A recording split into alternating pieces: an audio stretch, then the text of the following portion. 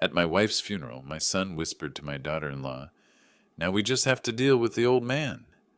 Those words hit me like a knife in the back as I stood by the coffin, and they were already planning my fate. After the funeral, I invited them to dinner, a family dinner, as before. But what I announced at the table shattered their plans. Before we continue, please subscribe to the channel and write in the comments what time it is where you are now. Now we just need to deal with the old man. My father is no longer an obstacle.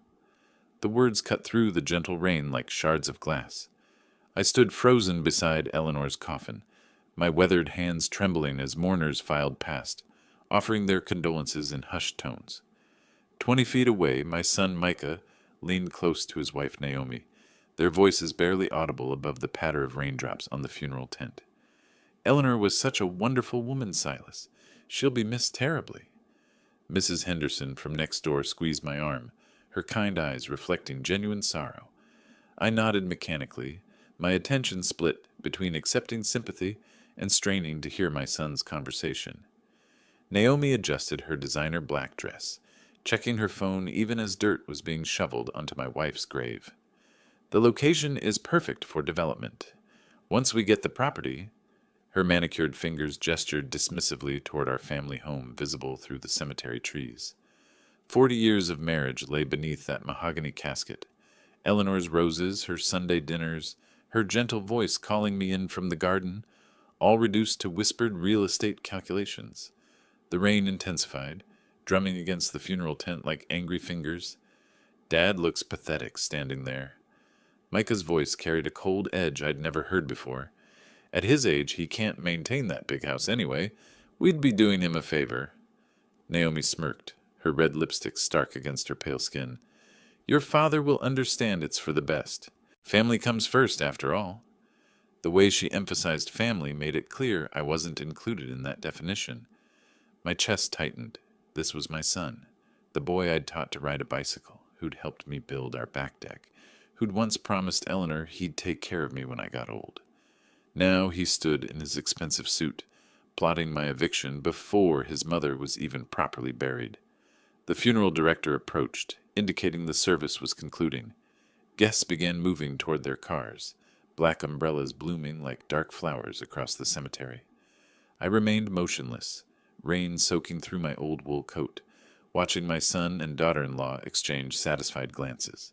"Perfect timing with the old woman finally gone," Naomi murmured, loud enough for me to catch every poisonous word.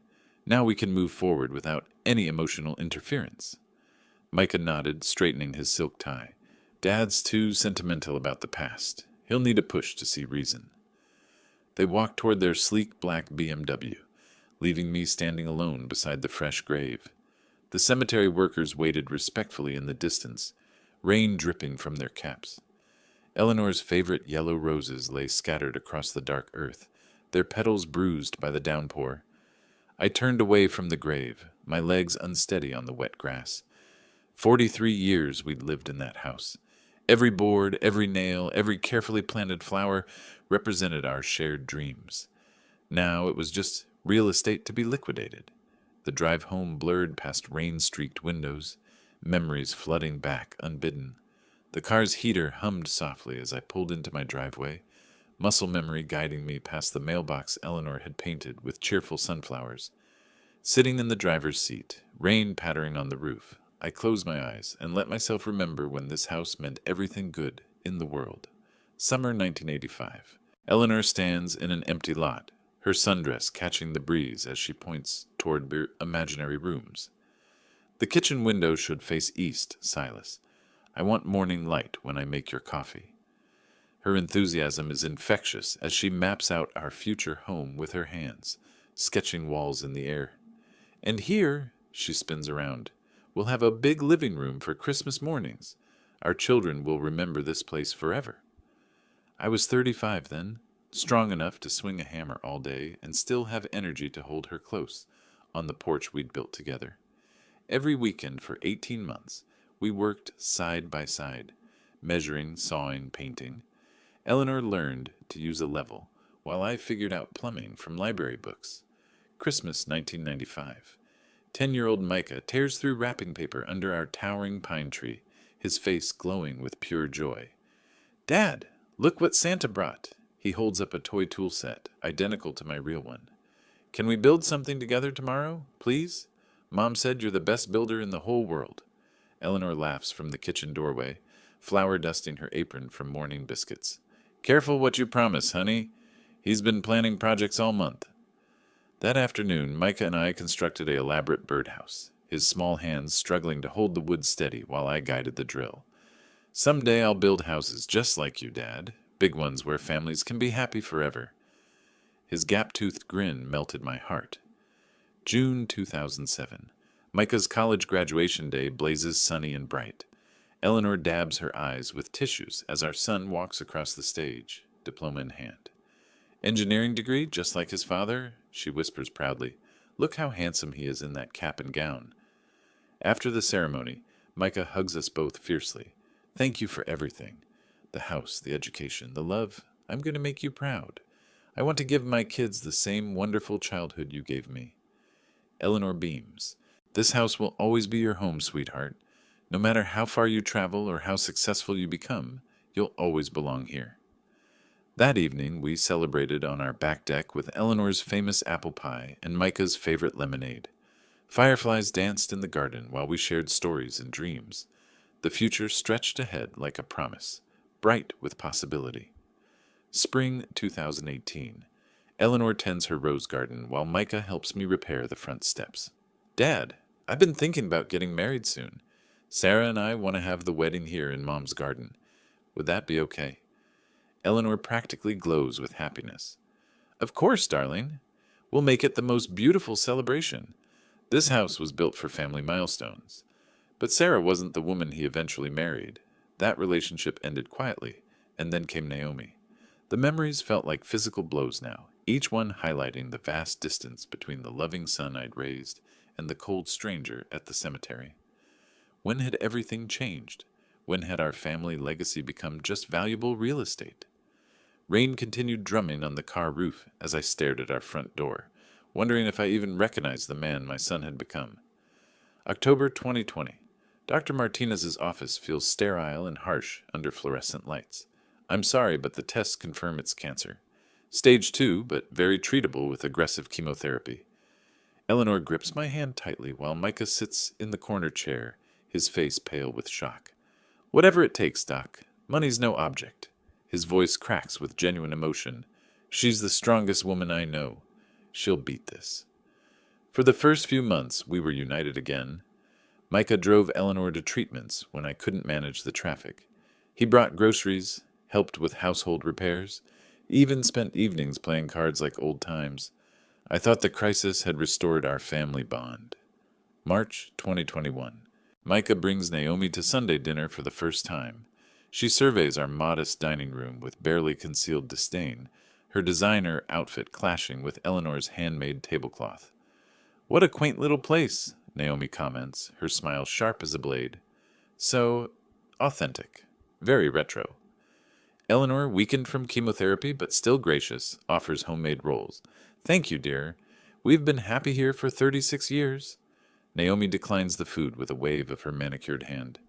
Oh, I don't eat refined carbs, but it's sweet how you maintain these old-fashioned traditions. That night, after they leave, Eleanor looks troubled. There's something cold about that girl, Silas. She barely spoke to me during dinner. Summer 2022. Micah's visits become sporadic. When he does come, Naomi stays in the car, checking her phone while he makes hurried small talk. Eleanor's treatments are getting harder, leaving her exhausted and frail. Why doesn't Micah stay longer? Eleanor asks after another brief visit. And why won't Naomi come inside anymore? I have no good answers. When I call Micah, he's always busy with work, with Naomi's family, with their social obligations. Dad, you need to understand. I have responsibilities now. Naomi's father is considering me for a partnership in his development company. I can't just drop everything for family visits. The word just cuts deeper than he realizes. Fall 2023. Eleanor's condition worsens. I call Micah desperately one evening when she spikes a fever.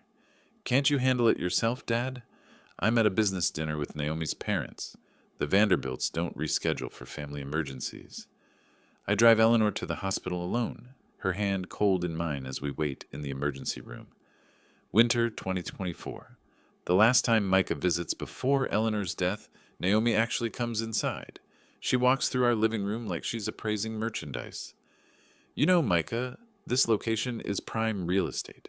Your parents are sitting on a gold mine and don't even realize it. Her voice carries the tone of someone discussing livestock. Really? I never thought about it that way.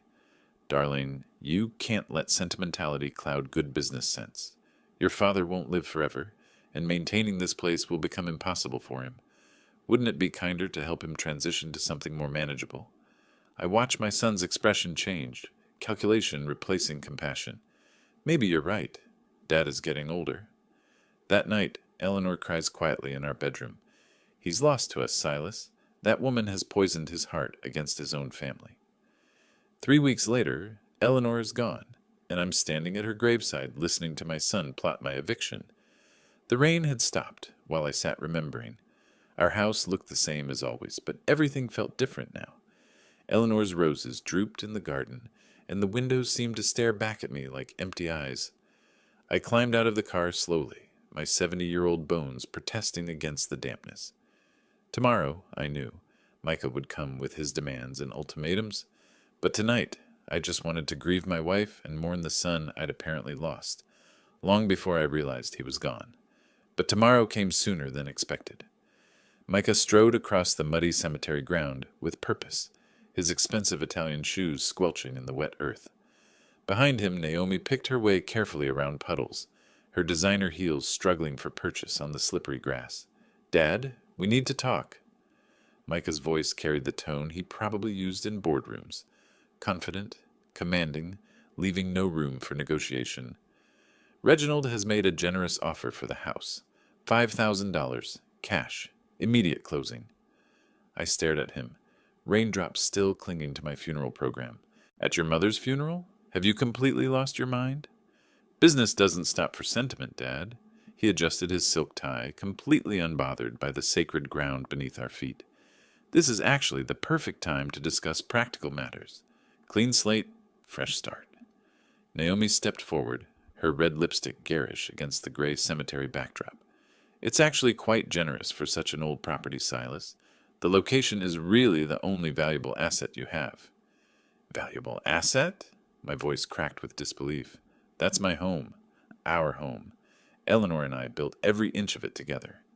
Sentimental value isn't market value, Dad. Micah pulled out his phone, checking messages even as we stood beside his mother's fresh grave. You're 70 years old. Maintaining a house that size will become impossible. We're offering you a graceful exit. The remaining funeral guests had stopped their quiet conversations, sensing the tension. Mrs. Henderson glanced over nervously, probably wondering why we were conducting business at a burial site. 40 years we lived there. My hands shook as I crumpled the funeral program.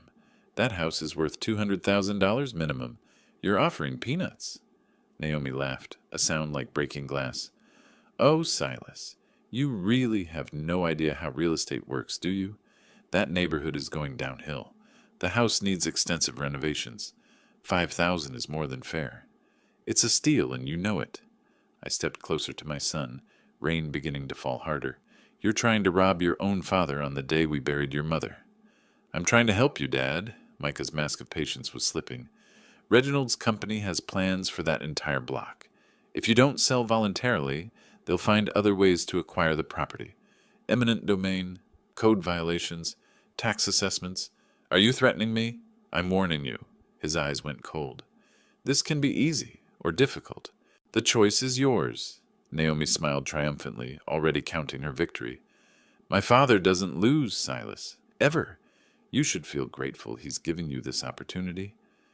The other mourners were definitely watching now. Several had moved closer, probably thinking a family argument was about to explode into something physical. The funeral director approached diplomatically, clearly wanting to restore dignity to the proceedings. I think, I said slowly, my voice gaining strength, you should leave, both of you. Get out of my sight before I do something we'll all regret. Micah straightened his expensive suit jacket. You have 48 hours to accept the offer, Dad.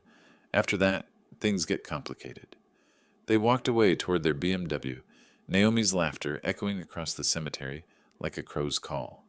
I watched them drive off, my fists clenched so tightly, my knuckles had gone white. Eleanor's grave marker gleamed wetly in the rain. $5,000 for everything we'd built together.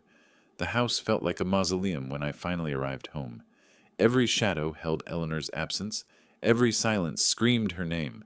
I moved through rooms that suddenly seemed too large, too empty, too full of memories that would never be repeated. Her reading glasses still lay folded on the kitchen table beside yesterday's crossword puzzle. Half finished. The medication bottles lined up on the bathroom counter like tiny sentinels, their purpose now meaningless.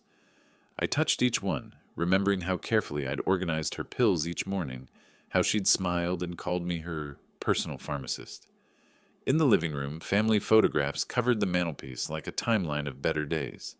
There was Micah at 5, gap-toothed and grinning as he helped me paint the front porch. Micah at 16, proudly displaying his driver's license while Eleanor beamed beside him. Micah at his college graduation, his arm around both his parents, his face radiating love and gratitude. When had that love died?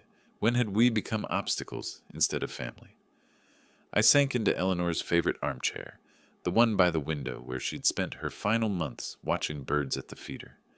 Her lavender scent still clung to the fabric, faint but unmistakable.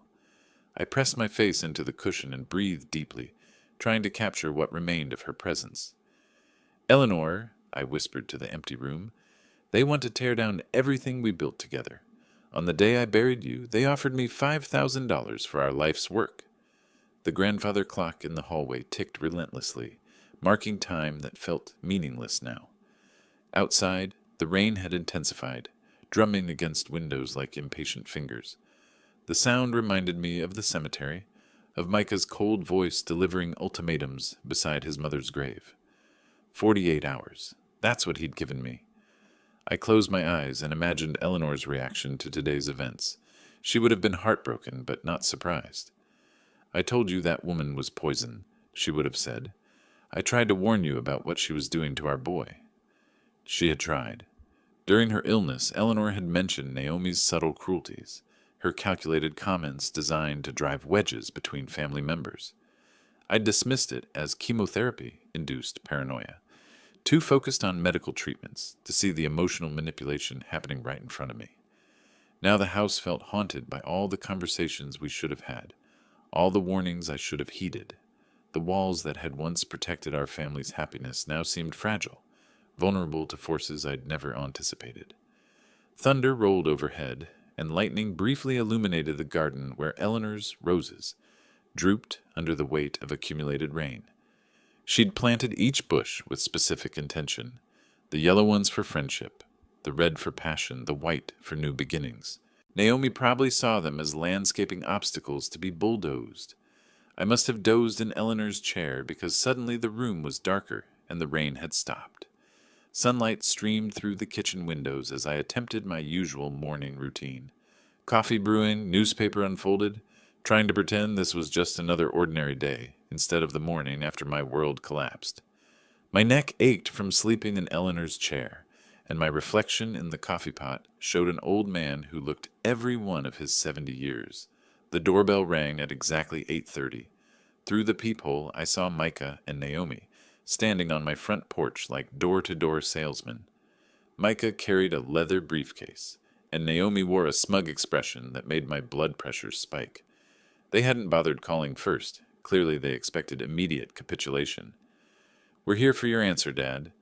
Micah pushed past me into the foyer without invitation, Naomi following with the entitled confidence of someone who believed the house already belonged to her. "My answer is no." I closed the door harder than necessary. "Absolutely not." Naomi surveyed the living room like she was already planning renovations. "That's unfortunate, Silas.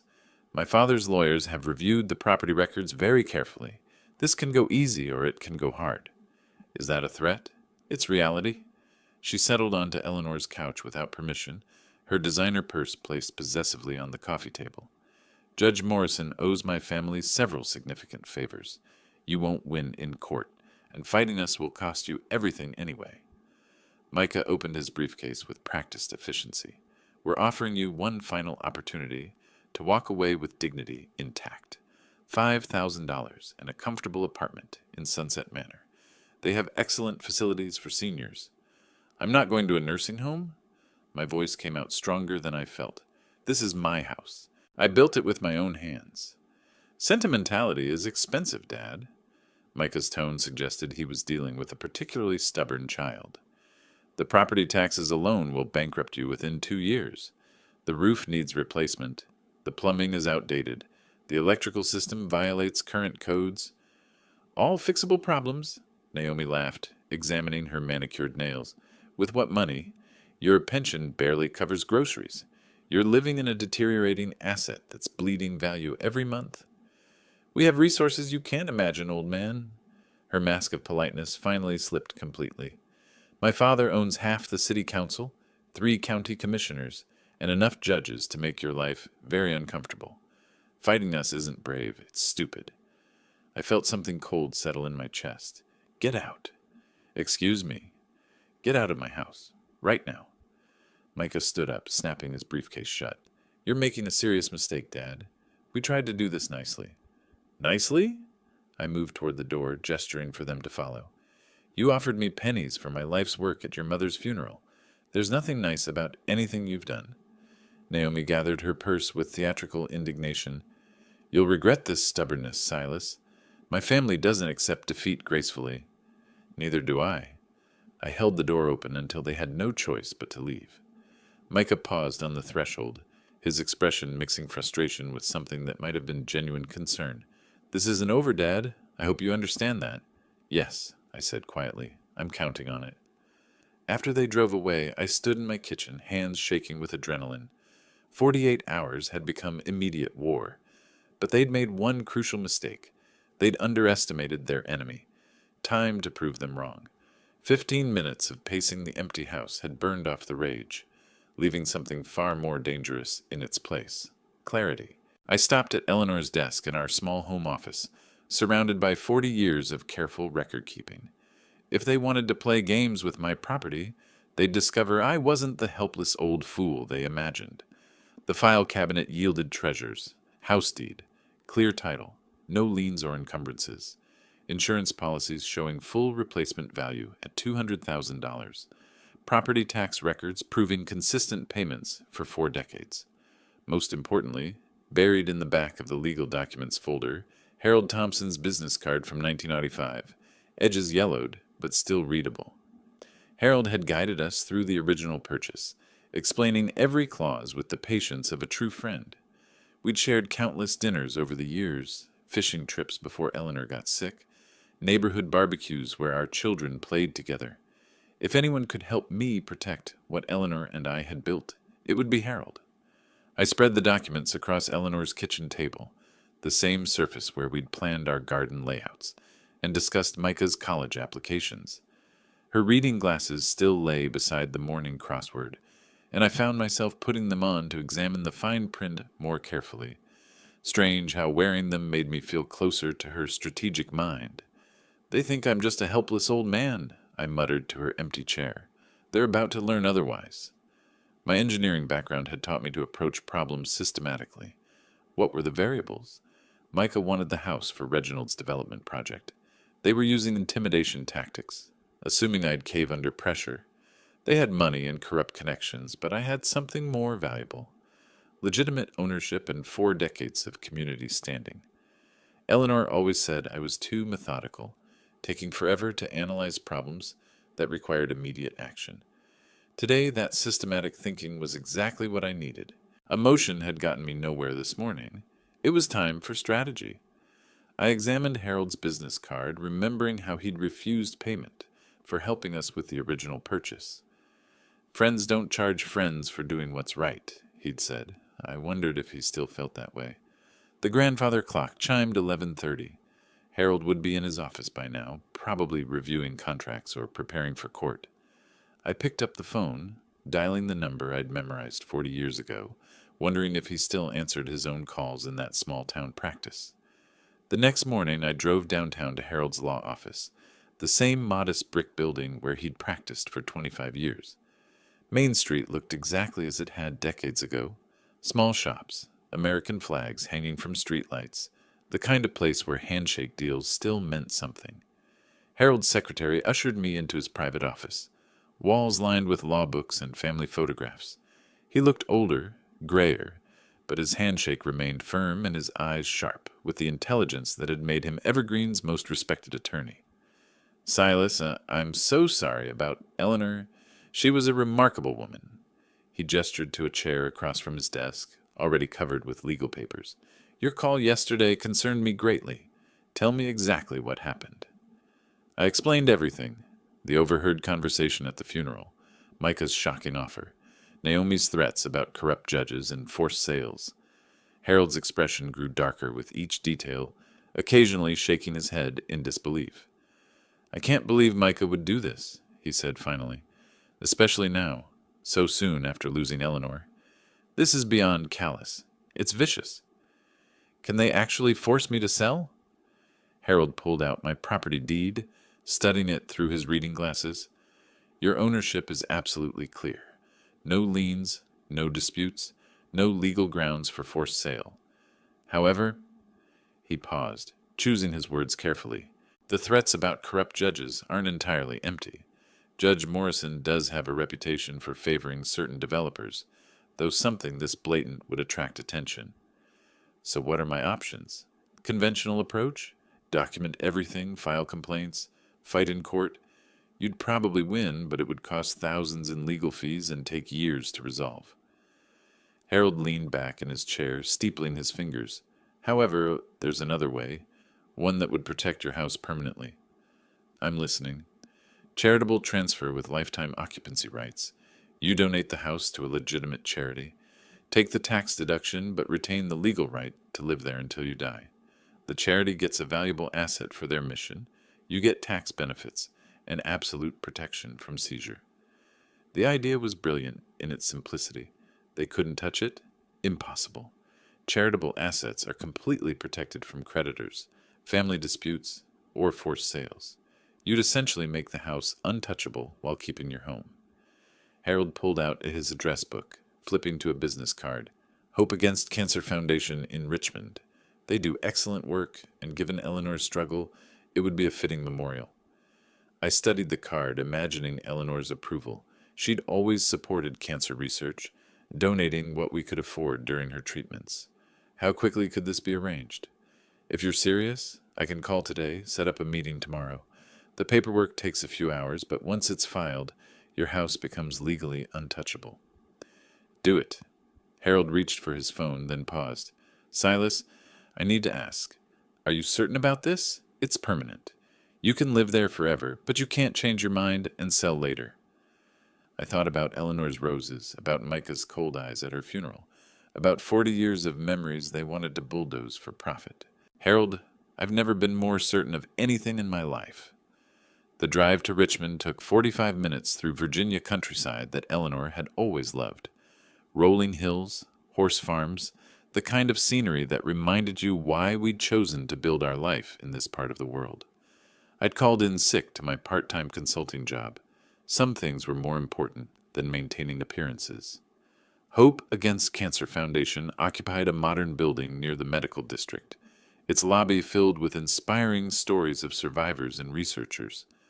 The development director, Margaret Chen, greeted me with genuine warmth and professional competence. Mr. Hicks, Harold Thompson explained your situation. First, let me express our condolences on your wife's passing. Cancer touches every family, and memorial gifts like yours help us continue the fight. Margaret led me to a conference room where the Foundation's legal counsel, David Rodriguez, had prepared a stack of documents. The property appraisal Harold had arranged valued the house at exactly $200,000, 40 times what Micah had offered. The process is straightforward, David explained, spreading papers across the polished table. You're donating the property to our foundation with a retained life estate. You'll receive a charitable tax deduction for the full value, while keeping the absolute right to occupy the house for the remainder of your life. And no one can force me to sell? Impossible. Once we accept this donation, the property belongs to Hope Against Cancer Foundation. It cannot be seized, sold, or transferred by anyone except us, and we have no intention of disturbing your occupancy." Margaret smiled, reviewing the donation paperwork. "This gift will fund significant cancer research programs. We're also interested in your wife's garden. Perhaps we could create a small memorial healing space for patients who need quiet reflection." The idea brought tears to my eyes. Eleanor's roses serving a purpose beyond beauty, helping people face the same battle she'd fought. She would have loved that. 3 hours later, I walked out of the foundation offices with signed documents, legal protections, and a sense of justice I hadn't felt since Eleanor's diagnosis. My house was safe, her memory was honored, and Micah's greedy scheme had just collapsed before it truly began. Driving home through the Virginia hills, I imagined the conversation I'd have with my son tomorrow. He thought he was taking candy from a helpless old man. Instead, he was about to discover that his father still had a few tricks left to play. The foundation's copy of the deed transfer sat on my passenger seat like a shield against everything the Vanderbilt family could throw at me. Let them bring their corrupt judges and legal threats. My house belonged to cancer research now, and I had lifetime occupancy guaranteed by federal law. Eleanor would have been proud. 28 hours had passed since I signed those foundation papers, and my hands no longer trembled with uncertainty. Instead, they held the cordless phone steady as I prepared for the performance of my lifetime. Micah expected a broken old man begging for mercy. He was about to get exactly what he wanted to see. At 7 o'clock, I dialed his number, rehearsing the defeated tone in my mind. When he answered with his usual business-like efficiency, I let my voice crack slightly. "Son, I've been doing a lot of thinking since your visit yesterday." "Dad?" Surprise colored his voice. "I wasn't expecting to hear from you so soon." "Maybe you and Naomi were right. Maybe I am being too sentimental about this old place." I paused, injecting just the right amount of weary resignation. "Your mother always said families should stick together, especially during difficult times." I could practically hear his satisfaction through the phone line. "I'm glad you're being reasonable about this, Dad. Naomi and I were worried you'd make this harder than necessary. Why don't you both come for dinner tomorrow evening? We can discuss the details properly, like a family should." I made my voice smaller, more vulnerable. "I've been so lonely since Eleanor passed. It would mean a lot to have you both here." "That sounds perfect." Micah's tone had shifted to barely contained triumph. 6:30? Perfect. I'll make Eleanor's pot roast, the way she used to for Sunday dinners when you were young. After we hung up, I allowed myself a smile that would have terrified them both. They thought they were coming to collect their prize. Instead, they were walking into the most satisfying conversation of my life. I spent the evening preparing Eleanor's recipes, each familiar task bringing her memory closer. She would have loved this moment, justice served with her favorite meals, using the very house they'd tried to steal as the setting for their downfall. Tomorrow couldn't come soon enough. They arrived at 6:30 sharp, dressed like they were attending a business merger rather than a family dinner. Micah wore his most expensive suit, and Naomi had chosen an outfit that probably cost more than most people's monthly rent. They entered our home like conquering generals, surveying their new territory. "Dad, you look better than yesterday." Micah's assessment was clinical, as if evaluating livestock. "More accepting of reality." Naomi wandered through the living room, touching Eleanor's antiques with the casual entitlement of someone who believed they already owned everything. "These old pieces might have some vintage value. We'll need an appraiser before the estate sale." I served appetizers in Eleanor's good china, the dishes we'd used for special occasions when Micah still loved us. They ate without comment, discussing renovation plans and demolition timelines as if I weren't sitting 3 feet away. "Reginald's contractors can start within 2 weeks," Naomi explained between bites of Eleanor's famous spinach dip. "The entire neighborhood is zoned for commercial development now. Your little house is actually the last holdout." "Really?" I managed to sound impressed rather than disgusted. "How efficient." During the main course, they outlined my future with the detached professionalism of funeral directors. Sunset Manor had an opening in their assisted living wing. The $5,000 would cover the security deposit, and my pension would handle monthly fees. They'd already spoken to the administrator. Mom would have wanted you to be practical about your future, Micah said, cutting his pot roast with surgical precision. She always worried about you managing alone. The casual cruelty of using Eleanor's memory to justify their theft made my blood pressure spike, but I maintained my mask of defeated acceptance. They were so close to complete victory that they'd stopped pretending to care about appearances. Finally, you're being sensible about this situation, Silas. Naomi raised her wineglass in a mock toast. Fighting us would have been expensive and pointless. This way, everyone wins. Everyone wins, I repeated quietly, thinking about the foundation documents hidden in Eleanor's desk drawer. They spent dessert discussing interior demolition and foundation work, casually erasing 40 years of our lives with architectural terminology. Naomi photographed various rooms with her phone, probably sending updates to her father's development team. We should get the paperwork signed tonight, Micah suggested over Eleanor's apple pie. No point in delaying the inevitable. Of course. I stood slowly, every movement calculated to suggest arthritic defeat. Let me get the documents from the desk. But instead of the house deed they expected, I returned with papers that would destroy their dreams forever. Before we sign anything, I said, settling back into my chair with the foundation transfer documents, there's something you both need to understand. Naomi barely looked up from her phone. What now, Silas? More sentimental nonsense about family memories? The house no longer belongs to me. I spread the legal papers across Eleanor's dinner table, like a poker player revealing a royal flush. I transferred it to the Hope Against Cancer Foundation 3 days ago, in Eleanor's memory. The silence that followed was absolute. Micah's fork clattered against his dessert plate as he reached for the documents, his face draining of color as he read. Naomi's wineglass stopped halfway to her lips, suspended in disbelief. This can't be legal. Micah's voice had gone hoarse. You can't just give away $200,000 worth of property. Already done, notarized, filed, and accepted.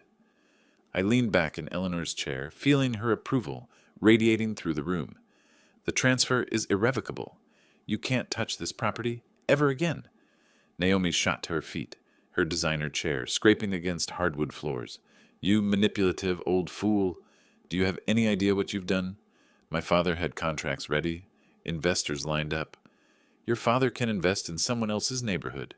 I gathered the papers calmly. Every dollar from this house will fund cancer research in your mother's name. The foundation was thrilled to accept such a generous memorial donation. We'll challenge this in court. Micah slammed his fist on the table, making Eleanor's china jump. You're senile, incompetent. With what standing? You have no legal claim to property I never owned when I made the transfer. I stood up, suddenly feeling stronger than I had in months. Harold Thompson made sure every document was perfect. Your friend Judge Morrison can't help you when there's no case to hear. Naomi's face had gone purple with rage.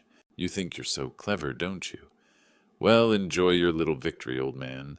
You'll die alone in this house with no family, no support. I'll die in my home, surrounded by 40 years of happy memories with a woman who actually loved me. I moved toward the front door, opening it wide. You came here thinking you'd won. Instead, you've lost everything. Now get out. This isn't over. Micah grabbed his coat, his composure finally cracking completely. You'll regret this. The only thing I regret is not seeing what you'd become before your mother died. I held the door steady as they stumbled toward their BMW. She deserved better from the son she raised. They drove away in furious silence, probably already calling Reginald with news of their failure. I watched their taillights disappear around the corner, then closed the door on that chapter of my life forever. Walking back through the house, I touched Eleanor's favorite photographs, her reading chair, the kitchen table where we'd planned our future. The Hope Against Cancer Foundation would own these walls, but the love inside them belonged to us always. Justice served, Eleanor honored, home protected. Some revenge is worth waiting 70 years to perfect. If you like this story, please like this video, subscribe to the channel, and share your impressions of this story in the comments. To listen to the next story, click on the box on the left. Thank you for watching.